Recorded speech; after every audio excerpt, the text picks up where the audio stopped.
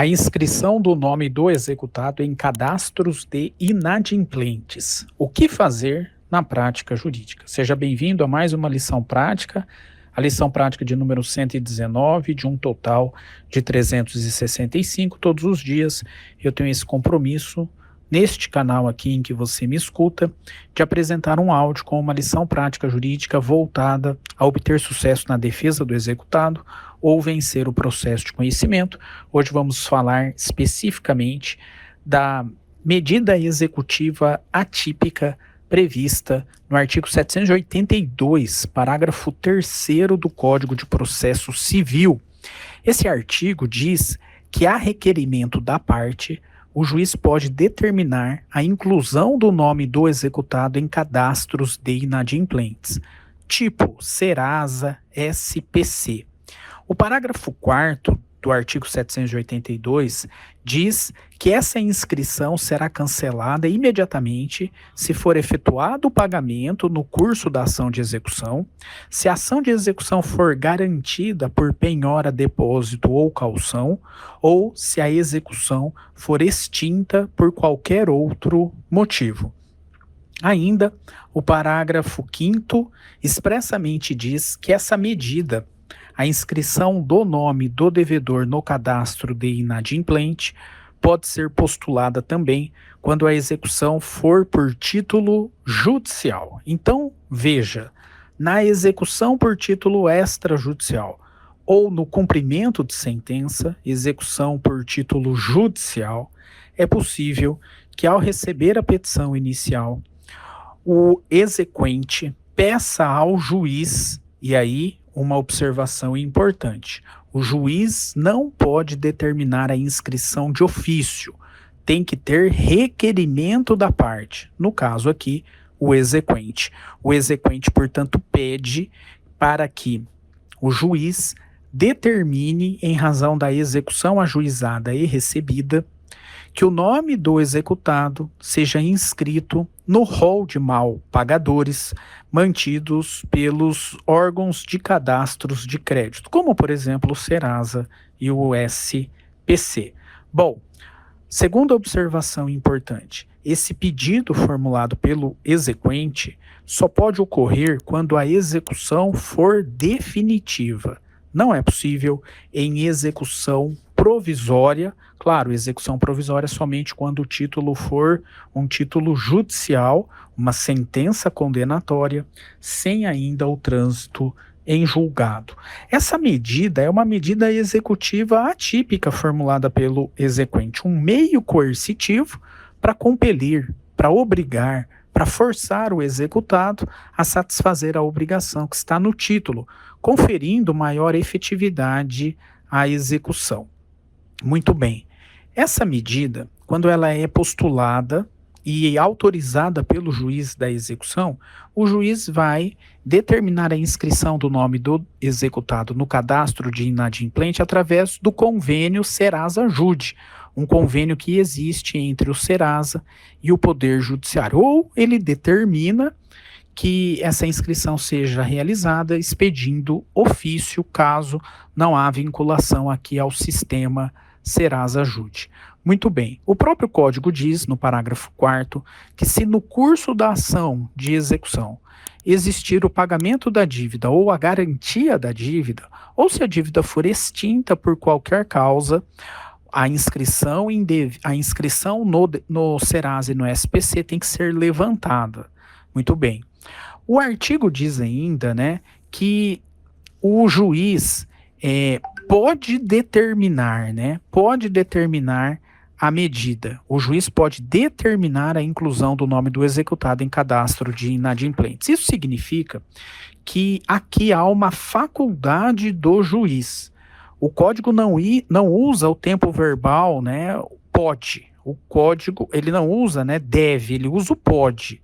E aí, nesse sentido, a doutrina entende que é uma faculdade do juiz e não uma obrigatoriedade. E por que é uma mera faculdade, O juiz vai analisar, no caso concreto, se essa medida ela tem o condão de ser efetiva e se ela não ofende, um direito fundamental do executado, ou se ela vai trazer prejuízos para o executado, que são prejuízos que vão ofender um direito fundamental dele em detrimento da efetividade do crédito do exequente. O juiz vai analisar as ponderações, as circunstâncias ali do caso concreto, portanto, não é preenchidos os requisitos, uma obrigatoriedade. O juiz vai analisar cada caso concreto para verificar se é não conveniente aí a inscrição no Serasa e no SPC em relação à execução que foi ajuizada. Uma outra consequência aqui importante é que, se houver a inscrição no Serasa ou SPC e no curso da ação for efetivada uma penhora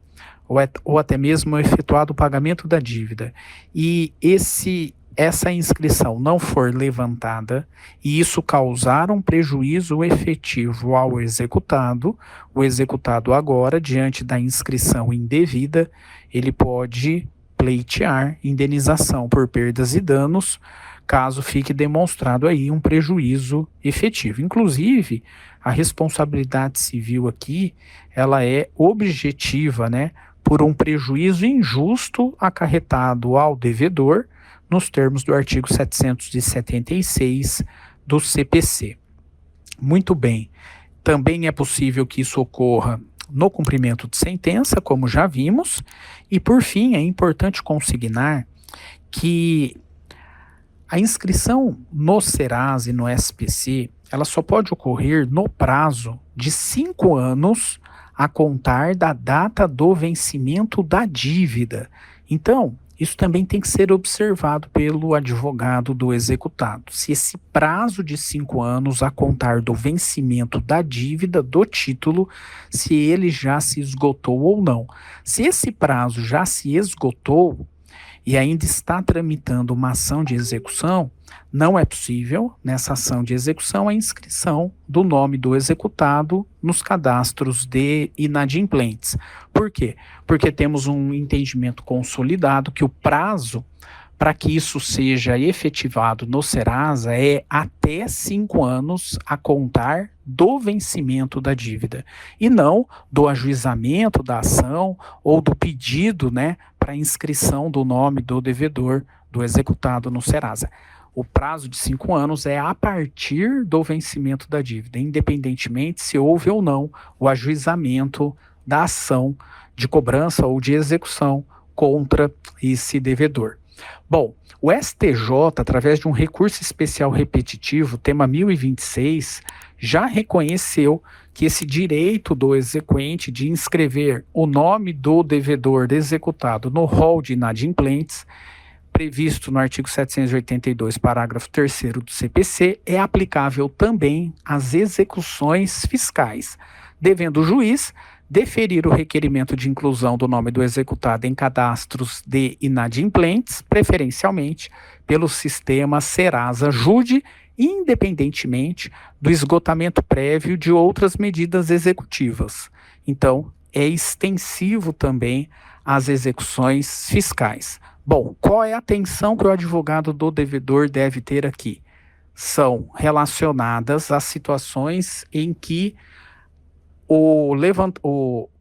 a inscrição no Serasa ou no SPC tem que ser levantada.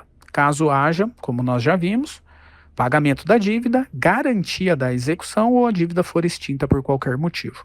E o segundo ponto importante é observar se está sendo observado o prazo máximo de 5 anos para realizar a inscrição a contar da data do vencimento da dívida e não da propositura da execução.